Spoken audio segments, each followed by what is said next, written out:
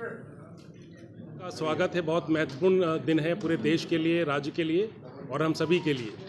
आज के दिन हम लोग जो बिहार जाति आधारित गणना 2022 का प्रतिवेदन आज विमुक्त कर रहे हैं, विमोचन कर रहे हैं पब्लिक के लिए और आपके लिए।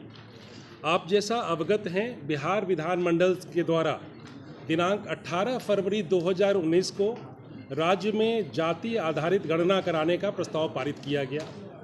इस संबंध में 2 जून 2022 को मंत्रिपरिषद का निर्णय हुआ कि ये कराया जाएगा और कराए जाने का ये था कि विभिन्न जो सामाजिक आर्थिक जो पहलू हैं बिहार के, उसका एक गणना कराया जाए और उसके बाद हम लोग उसका पूरा रिपोर्ट तैयार करें। तो ये 2 स्टेजेस में होना था।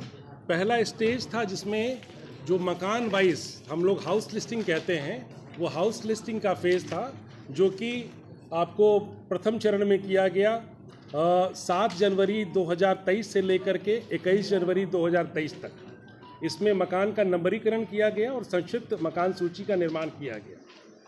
उसके बाद द्वितीय चरण में राज्य के सभी व्यक्तियों की गणना का वास्तविक कार्य दिनांक 15 अप्रैल 2023 को प्रारंभ किया गया और इसमें जिला स्तर के जो विभिन्न पदाधिकारी हैं, जो जिला पदाधिकारी हैं, अपर जिला दंडाधिकारी हैं, नगर आयुक्त हैं, प्रखंड विकास पदाधिकारी हैं, सभी को अलग अलग जिम्मेवारियां दी गई और उसके बाद ये पूरे युद्ध स्तर पे ये कार्य संपन्न हुआ और 5 अगस्त 2023 को सारे आंकड़े निर्मित करके उसको मोबाइल ऐप के माध्यम से उसको संकलित किया गया।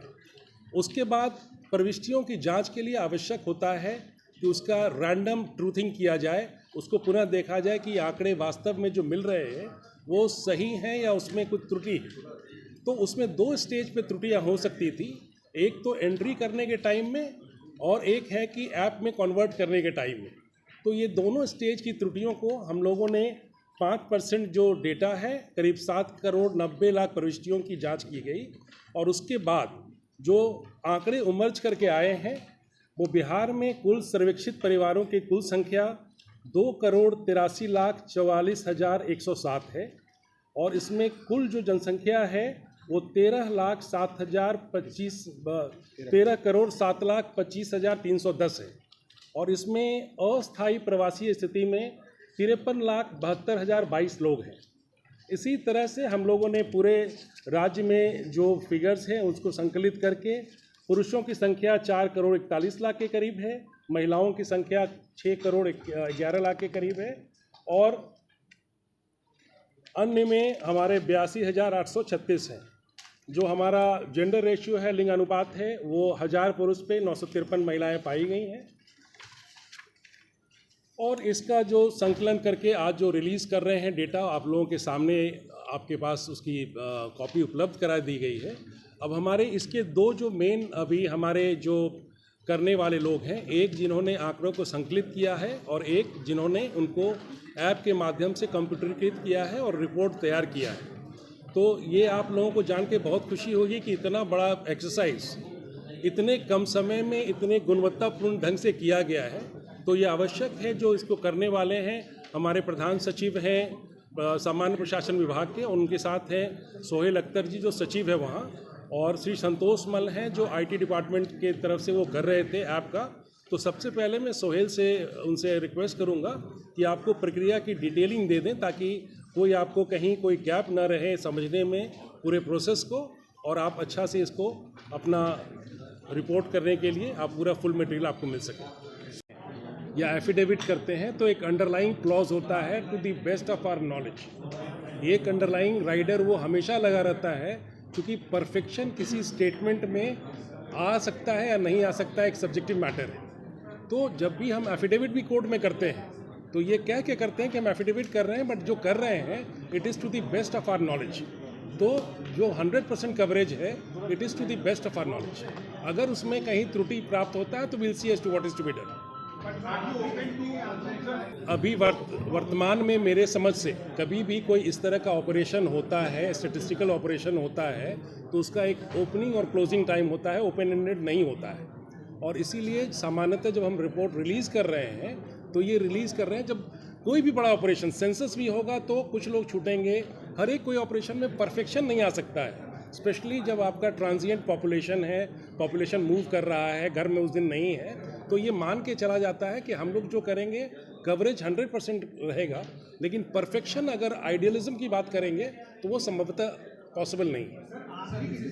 वो आंकड़े क्यों नहीं रिलीज किया जा रहा है? सोशियो इकोनॉमिक सर्वे जो आपने किया था, आपका पॉइंट बिल्कुल वैलिड है। This is stage 1। जब हम स्टैटिस्टिक्स क्या है, ये स्टैटिस्टिकल पॉइंट ऑफ व्यू से आपको देखना है, ये decision making point of view इसके बाद कन्वर्ट होता है। जब भी हम स्टैटिस्टिक्स, जैसे आज ही आप लोग तो पेपर पढ़ते हैं, आज हिंदू में हम पढ़ रहे थे कि वर्ल्ड बैंक जब रिपोर्ट रिलीज करती है ना, तो वर्ल्ड बैंक पहले physical quality of life indicators करके HCO, हम लोग जब UPSC तैयारी करते तो उस समय PQLI कहता था, अब उसके बाद उसको ह्यूमन डेवलपमेंट इंडेक्स कहा। आज हमने पढ़ा तो वो स्टेटिस्टिक्स पे इतना थ्रस्ट दे रहा है कि अपने रिपोर्ट को बोलता है SPI, स्टेटिस्टिकल परफॉर्मेंस इंडेक्स। तो ये स्टेटिस्टिक्स ये फाइनल वर्ड नहीं है, अभी तो ये स्टेज 1 है जहां आपके पास आंकड़े आ गए। ये आंकड़ा सुलभ करना ही अपने आप में बहुत बड़ा चैलेंज था। इससे क्या जो आज जातिगत आधारित जो गणना की गई है, तो इससे गवर्नमेंट को क्या फायदा? देखिए, इसमें अभी पहले तो स्टैट्स जब आपको मिलता है तो आपके प्लानिंग ज़्यादा पॉइंटेड रहते हैं। जो हम टारगेटेड जो ग्रुप्स हैं, बहुत बार आप देखेंगे कि कोई पर्टिकुलर ग्रुप का एजुकेशनल लेवल वैसा नहीं है, इकोनॉमिक लेवल ऐसा नहीं है, तो कभी भी आपका जब स्टेटिस्टिक्स इन डेप्थ आप जाते हैं तो आपको टारगेटेड अप्रोच करने में फ़ायदा होता है। आपको याद होगा पहले जब PDS होता था तो PDS में अक्रॉस द बोर्ड जाता था तो TPDS आया, टारगेटेड पब्लिक डिस्ट्रीब्यूशन सिस्टम।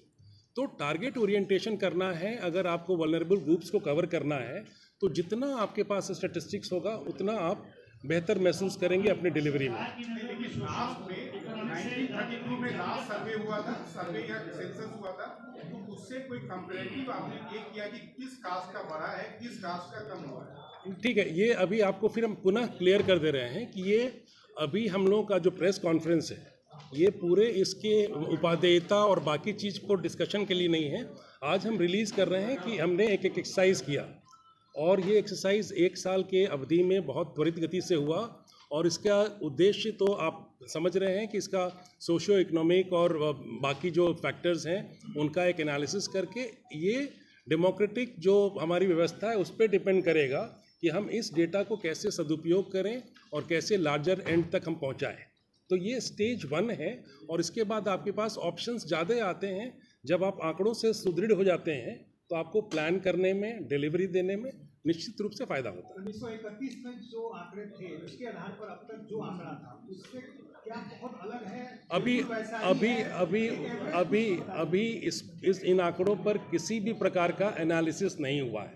ये आंकड़े अभी जो हैं ये कॉम्पाइल्ड डेटा है। कॉम्पाइल्ड डेटा के बाद मैं तो ये कह रहा था, इन लोगों से बात कर रहा था कि इस तरह के आंकड़े हैं कि हर एक ब्लॉक में, हर एक जात पे, हर एक पहलू पे एक PhD हो सकता है। तो it is one based data जिसको आप कैसे लेवरेज करते हैं, और स्वाभाविक है जब डेटा है तो मतलब उसका सदुपयोग सरकार करना ही चाहेगी। ये मान के चले कि बिहार की आबादी 13 करोड़ 7 लाख 25 लाख है, ये सही है? इसमें जो कुल आंकड़ा है 13 करोड़ का, ये बिहार की आबादी है, ये पता चल रहा है कम से कम इससे। हाँ, मतलब ये जो हम लोग फील्ड में जा कर के जो इनके 2,34,000 लोग गए और सभी घर को कवर किया, पहले घर का लिस्टिंग किए, नंबरिंग किए, और उसके बाद ये फिगर है। This is closest to reality that we can think of.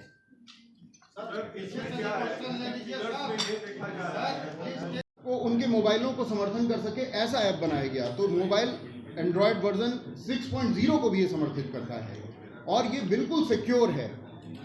App में कोई भी स्क्रीनशॉट नहीं ले सकता है किसी के डेटा का। ऐप में कोई भी स्क्रीन रिकॉर्डिंग नहीं की जा सकती है। इस कारण से जो हमारे जितने भी नागरिक हैं उनका डेटा पूर्णतः सुरक्षित है। ये हमारे किसी क्लाउड में इसका डेटा नहीं है।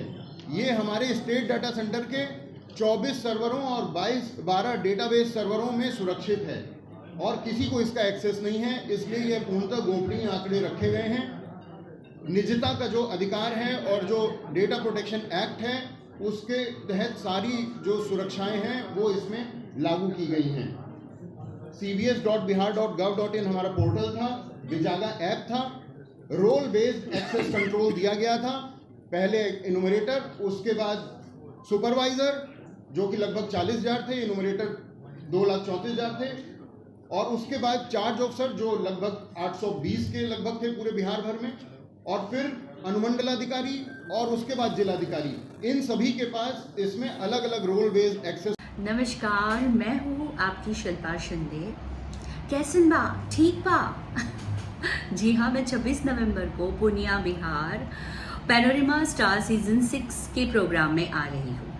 सही पकड़े हैं। ये पैनोरमा ग्रुप के निर्देशक श्री संजय मिश्रा जी का धन्यवाद करना चाहूँगी। तो ई होम्स पैनोरमा में शाम को 7 बजे मिलते हैं। तब तक अपना ख्याल रखना, मेरा इंतजार करना।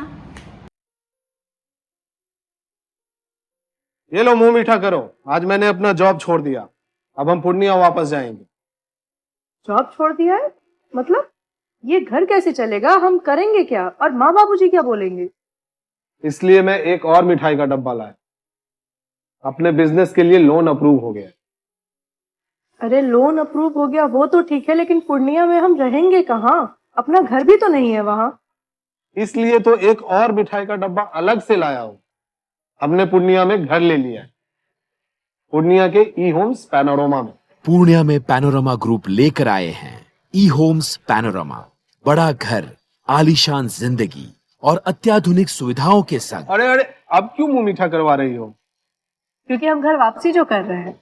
घर वापसी की खुशी पूर्णिया में ई होम्स पैनोरमा के संग। ई Homes Panorama, luxurious lifestyle redefined.